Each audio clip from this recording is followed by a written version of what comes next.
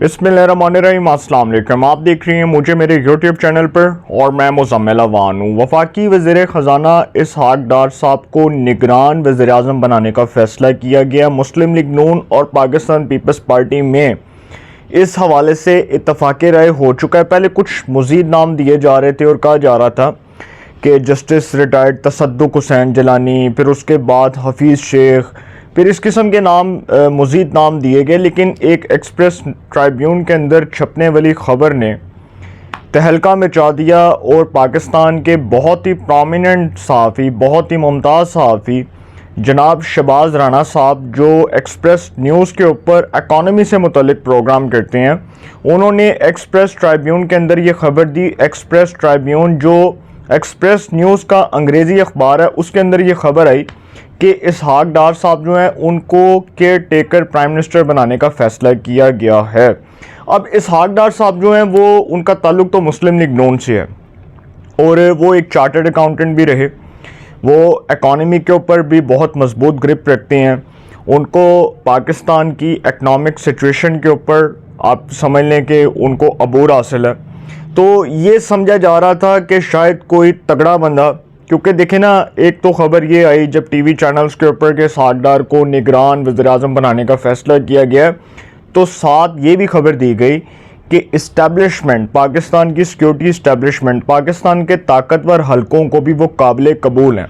क्योंकि sir establishment जो है वो समझती है कि 2018 का जो तजर्बा था वो नाकाम रहा। वो प्रोजेक्ट इमरानिया जो था, जिसको लॉन्च किया गया था जब बहुत से शकूक व शुबहात ने जन्म लिया, तो उस वक्त कुछ लोगों का ये कहना है कि जो केयर टेकर गवर्नमेंट थी 2018 की, जिसमें जस्टिस रिटायर्ड नासिरुल मुल्क साहब इस मुल्क के निगरान वज़ीर आज़म बने, तो उसके बाद बहुत से रूमर्स सर्कुलेट करना शुरू हो गए इस बार भी कि शायद कोई जज आ जाए, कोई ब्यूरोक्रेट आ जाए, कोई टेक्नोक्रेट आ जाए। लेकिन नहीं सर, अब पाकिस्तान की सिक्योरिटी इस्टेब्लिशमेंट समझती है कि कोई ऐसा ताकतवर शख्स आना चाहिए, कोई ऐसी ताकतवर और तगड़ी शख्सियत को निगरान वज़ीर आज़म होना चाहिए जो सियासी बैकग्राउंड रखता हो, जिसका सियासत से ताल्लुक़ हो। ये ना हो कि यार कोई नालायक सा बंदा जो है वो निगरान वज़ीर आज़म बना दिया जाए, जिसको अलिफ बे ना पता। और ऐसे हालात में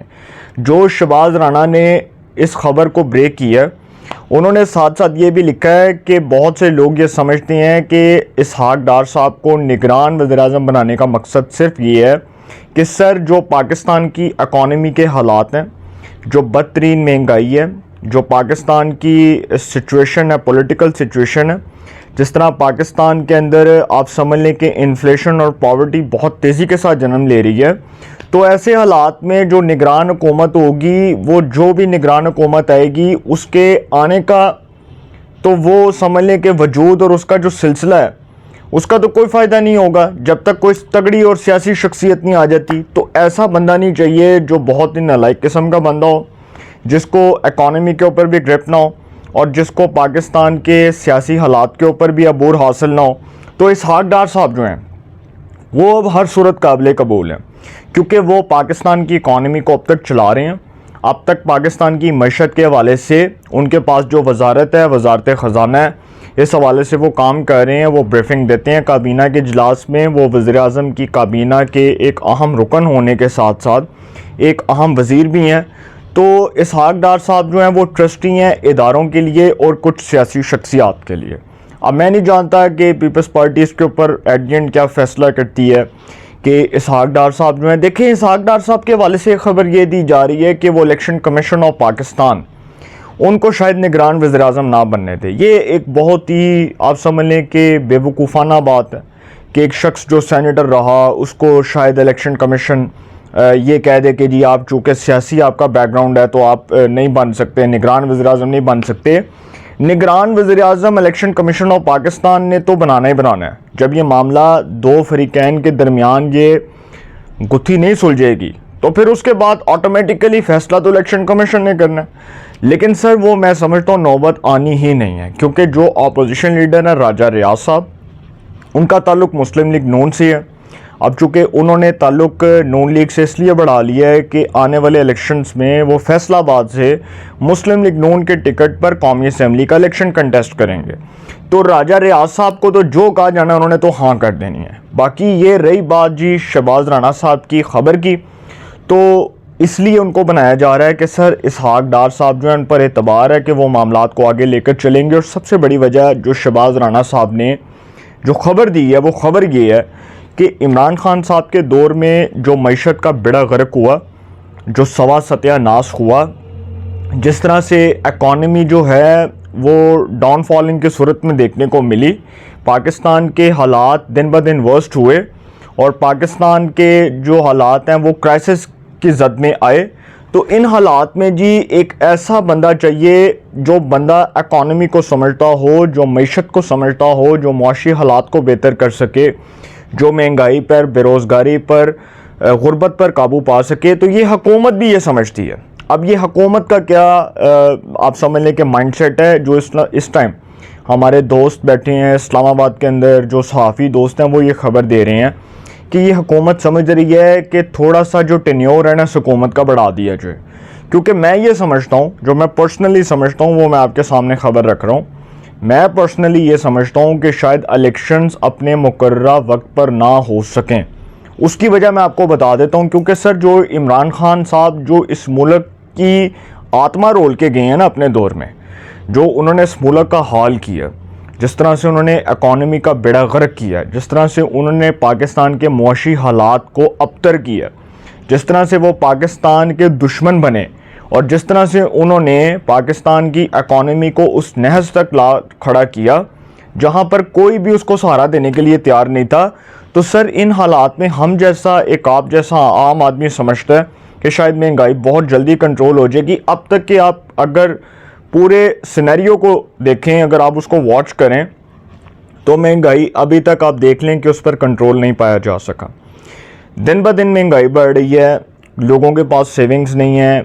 इस टाइम जो है वो पाकिस्तान उस नहज पर खड़ा हुआ है कि आज भी पाकिस्तान के हालात आपके सामने हैं। हमारा पैसा डीवैल्यू हो रहा है, हम लोगों की इकॉनमी आप देख लें कि कहाँ पर है, डॉलर अभी देख लें कहाँ पर है, पेट्रोल के प्राइसेस देख लें। तो इन हालात में जी कोई भी निगरान हुकूमत 3 महीने के लिए आ भी जाती है, वो 3 महीने बैठकर काम करती है, अपना काम बढ़ाती है, आगे कंटिन्यू करती है। लेकिन सर ये 3 महीने मुझे लग नहीं रहा, शायद ये असम्बलियाँ टाइम पर डिज़ोल्व हो जाएँ, लेकिन निगरान हुकूमत के अंदर सियासी लोगों को बिठाने का मकसद ये है कि पाकिस्तान की सिक्योरिटी इस्टेब्लिशमेंट समझती है कि अगर इलेक्शन मुकर्ररा मुद्दत पर ना हो सके, अगर इलेक्शन अपने मुकर्ररा टाइम पर ना हो सके, तो निगरान हुकूमत के अंदर जो सियासी लोग बैठे होंगे उनको टाइम मिल जाएगा।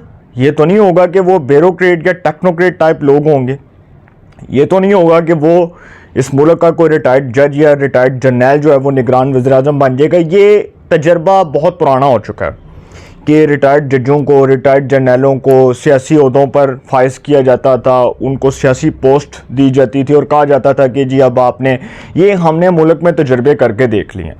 चेयरमैन नैब हमने एक जज को बनाया, उसके बाद आप देख लें कि साबिक जो वज़ीर-ए-आज़म थे वो भी हमने एक जज बनाए, जस्टिस रिटायर्ड नासिरुल मुल्क साहब। उसके बाद जिस तरह से ये सारा कुछ होता रहा, ये तसलसल जिस तरह से बरकरार रहा, अब इस्टेब्लिशमेंट भी ये समझती है कि ये जो नाकाम तजर्बात हैं इससे अब हमें सीखना चाहिए। और पाकिस्तान की जो मौजूदा सिक्योरिटी इस्टेब्लिशमेंट है उसने बहुत अच्छे फ़ैसले किए जब नए आर्मी चीफ़ आए जनरल सैयद आसिम मुनीर साहब, जब उन्होंने आर्मी चीफ़ के तौर पर हलफ लिया और उन्होंने अफवाज पाकिस्तान के अंदर डिसिप्लिन को मेंटेन किया, पाकिस्तान की अफवाज पाकिस्तान को पॉलिटिक्स से साइडलाइन किया और अपने इदारे को सियासत से पाक करते हुए ये कहा कि अब हमारा इदारा पाकिस्तान की सियासत में मुलव्वस नहीं होगा। इसी तरह सर निगरान हुकूमत में सियासी लोगों को लाने का मकसद भी ये है कि ये सेटअप लंबा चल सकता है। मैंने आपको 2 खबरें दी, एक तो इसहाक डार साहब कि वो इस मुल्क के केयर टेकर प्राइम मिनिस्टर बनने जा रहे हैं, निगरान वज़ीर-ए-आज़म बनने जा रहे हैं। ये ख़बर शहबाज राणा साहब की किसी भी तरह गलत नहीं करार दी जा सकती, क्योंकि सर शहबाज राणा एक पाकिस्तान के बड़े प्रोमिनेंट जर्नलिस्ट हैं और जो वो ख़बर देते हैं वो ख़बर दुरुस्त होती है। वो इकॉनमी के मामलात से मुतल्लिक जितनी भी खबरें दे चुके हैं एक्सप्रेस ट्राइब्यून में, उनकी हर खबर दुरुस्त साबित हुई है, बिल्कुल 100% हक़ाइक़ के मुताबिक साबित हुई है। तो अब उन्होंने जो खबर दी है, ये खबर डेफिनेटली उनको कोई ज़राए ने दी होगी, या उनको इस खबर की तस्दीक हुई होगी, या उन्होंने इसके ऊपर मुकम्मल जांच पड़ताल के साथ ये खबर को ब्रेक किया होगा, वरना वो ये खबर दे नहीं सकते थे। क्योंकि ये जो खबर है उसके बाद जितने भी टीवी चैनल्स हैं, पाकिस्तान का इलेक्ट्रॉनिक मीडिया है, उसके तमाम टीवी चैनल्स ने ये खबर अपने टीवी चैनल्स के ऊपर ट्रिगर्स के तौर पर चलाई, और वो ट्रिगर्स आते रहे। और उसके बाद ये खबर जब चलती रही कि जी ये सारा कुछ हो रहा है, तो जियो न्यूज़ ने इस खबर को एक मुख्तलिफ अंदाज में पेश किया, और उन्होंने नीचे लिखा कि इसहाक डार साहब इस्टेब्लिशमेंट को काबिल कबूल हैं, वो पाकिस्तान की सिक्योरिटी इस्टेब्लिशमेंट के लिए काबिल एतबार हैं। तो सर इस तरह का बंदा जो है उसको इसलिए काबिल एतबार करार दिया जाता है कि आपको याद होगा 2013 में जब नवाज शरीफ वज़ीर-ए-आज़म पाकिस्तान बने, तो इसहाक डार साहब जो हैं नवाज शरीफ साहब की हुकूमत में फ़ाइनांस मिनिस्टर बने, वफाकी वज़ीर ख़ज़ाना बने, और इसहाक डार साहब को इस बात का क्रेडिट जाता है कि वो नून लीग के 5 साल दौरे हुकूमत में मईशत को एक बेहतर अंदाज से चलाते रहे। डॉलर किस रेट पर था? 95 पर। पेट्रोल किस रेट पर था? 70 पर। जीडीपी 5.5 पर था। तो पाकिस्तान के हालात बहुत अच्छे थे। लेकिन अब कुछ ऐसे लोग, हमारे सहाफ़ी दोस्त और कुछ हमारे जो कॉलीग्स हैं, और फिर हमारे कुछ ऐसे दोस्त जो पीटीआई को सपोर्ट करते हैं, जो पीटीआई के हक़ में बातें करती हैं, वो इस बात को समझने से कासिर हैं कि इमरान खान के दौर में जो महंगाई हुई है उसके असल ज़िम्मेदार इमरान खान साहब हैं। ये हुकूमत को अगर 1.5 साल हुआ इस हुकूमत में, मैं नहीं कहता इनसे जवाब ना मांगे, इनसे 1-1 रुपये का, इनसे 1-1 पाई का हिसाब मांगे। लेकिन सर इमरान खान साहब के जो 3.5 साल दौर में बेड़ा गर्क हुआ, वो मैंने तो नहीं किया, वो उनकी हुकूमत में बैठे वज़रा ने किया, वो इमरान खान साहब ने किया, अपने गलत फ़ैसलों से IMF के पास जाकर किया। और कहते थे कि जी हम IMF के सामने भीख नहीं मांगेंगे, हम IMF के ग़ुलाम नहीं बनेंगे। उधर गए, उनके साथ वो मुआहदे किए, और आज उन मुआहदों की वजह से पाकिस्तान जो है वो महंगाई की दलदल में फंसा हुआ है। आज उन मुआहदों की वजह से पाकिस्तान के ये हालात हैं। तो सर ये जो है ना इसहाक डार साहब माशाल्लाह, इनके बारे में एक बात ये मैं बता दूं कि हुदैबिया पेपर मिल केस में 164 का बयान, 164 का जो बयान है उसकी गवाही देने वाला नवाज शरीफ साहब का समधी आज भी उनका सबसे ज़्यादा करीबी तस्वुर किया जाने वाला, उनके लिए काबिल एतबार है, उनके लिए काबिल एतबार है। ये आपको याद होगा कि जब हुदैबिया पेपर मिल केस चला था जिसमें शहबाज शरीफ साहब के ऊपर इल्ज़ाम था, और 2017 में सुप्रीम कोर्ट के जज जस्टिस काजी फाइज़ ईसा और जस्टिस मुशीर आलम पर मुश्तमिल 2 रुकनी बेंच ने इस केस का फ़ैसला सुनाया और ये केस बंद हुआ।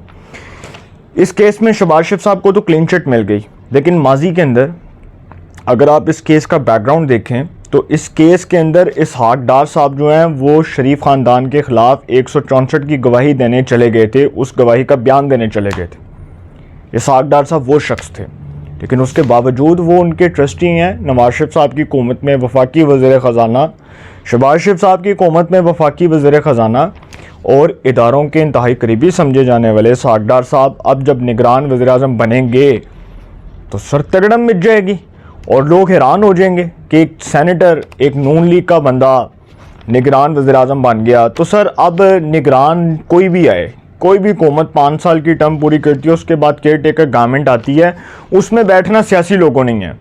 ये तजर्बात हासिल कर लिए हैं पाकिस्तान के इदारों ने, और उनको भी अब इस बात पर यकीन हो चुका है कि भाई नालायक लोगों को निगरान हुकूमत में बिठाने का कोई जवाज़ नहीं बनता, क्योंकि जो हालात हैं पाकिस्तान के वो आपके सामने हैं। इलेक्शन में आपको फिर बता दूं कि मुझे अक्टूबर में होते नज़र नहीं आ रहे, अगर हो गए तो सर मौजा होगा। ये हुकूमत 2 दिन पहले 3 दिन पहले असम्बली डिज़ोल्व कर देती है, असम्बली तहलील कर देती है, कुछ कहा नहीं जा सकता।